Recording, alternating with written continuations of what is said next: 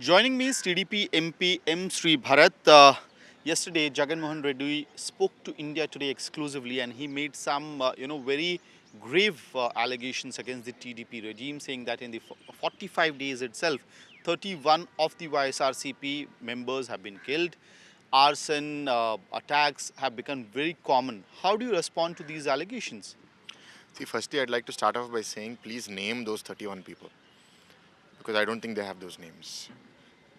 And if we just go back in 2014 when the state was split, the TDP formed the government then. Was there any such incidents? In 19 when we lost and we handed over power, were there any incidents in 19? No. You are saying that incidents are happening in 24. Okay, let us assume that what you're saying is true. Why are they happening? What does nature teach us? That in nature there is action and there is reaction. If you're coming and saying that there is lawlessness in the state today, after 1 month of us coming into power, it is indicative of how you have governed the state in the last 5 years.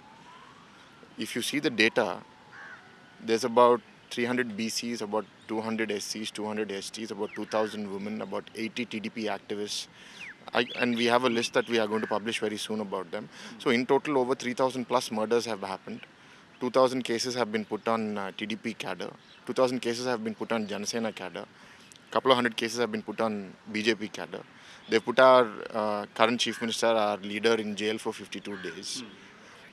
We keep all of this aside, all of the data. Mr. Vivekananda Reddy, who's the uncle of the earlier chief minister, was murdered brutally.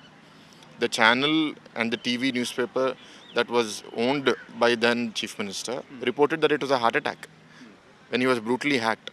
If not for one police CI who reached the site, it would have been done. The postmortem would have been completed that it's a heart attack.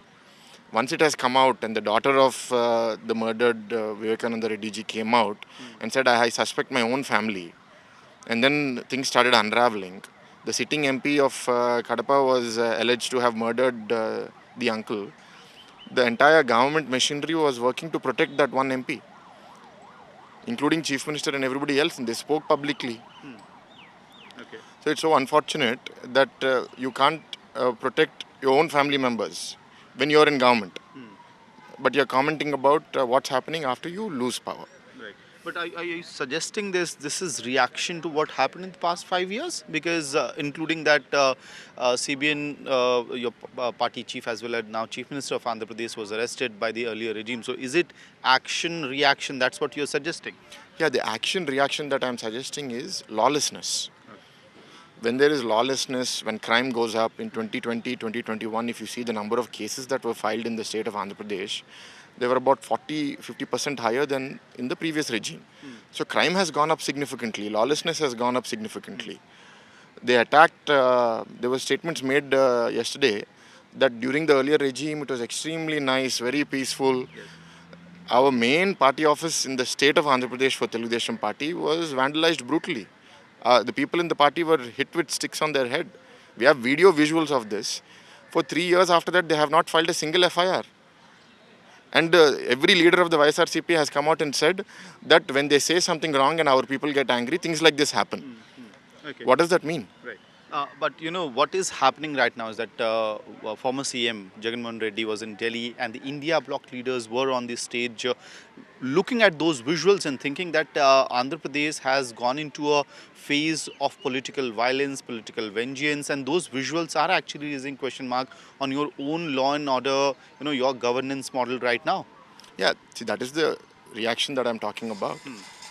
When there is lawlessness in the state, it will take time for us to contain it. So we are seeing that. We are seeing that there are incidents of frustration that are happening around the state, and we've asked the people to exercise caution. We've asked the police to act in a manner that is responsible. There will be no violence cases anymore? No, we can't assure that there won't be any violence cases anymore because we don't know how one individual, unpredictable person does something when they're drunk. But what we're assuring is that law and order will be restored. What we're assuring is that fairness will prevail. What we're assuring is that vindictiveness will not be the nature of the day, because we don't want to operate like YSRCP. We believe in investments. We believe in generating employment.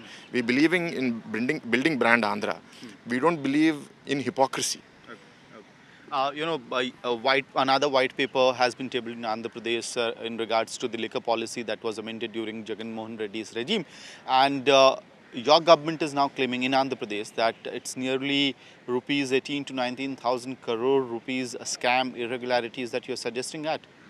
See, I'm very glad that national media is speaking about this. For 5 years, all liquor shops have been taken over by the government, no private player. And other than in a few shops, in the thousands of shops that were there, can you believe it? That after even the pandemic has come, they did not accept any UPA payment. They didn't accept any credit card payment. The only acceptable form of payment was cash. Can you believe it?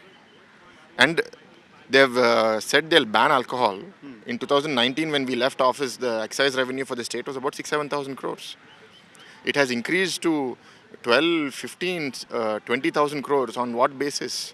A bottle that used to cost about 60 rupees has been increased to 200 rupees.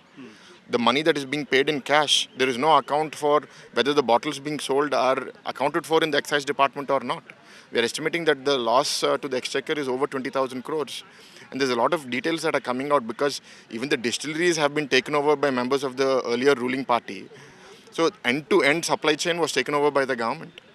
It's very unfortunate, because it's not just about the money that was lost. They made spurious liquor.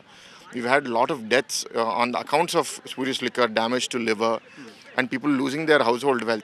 The promise of banning alcohol to actually bleeding people is such a stark difference.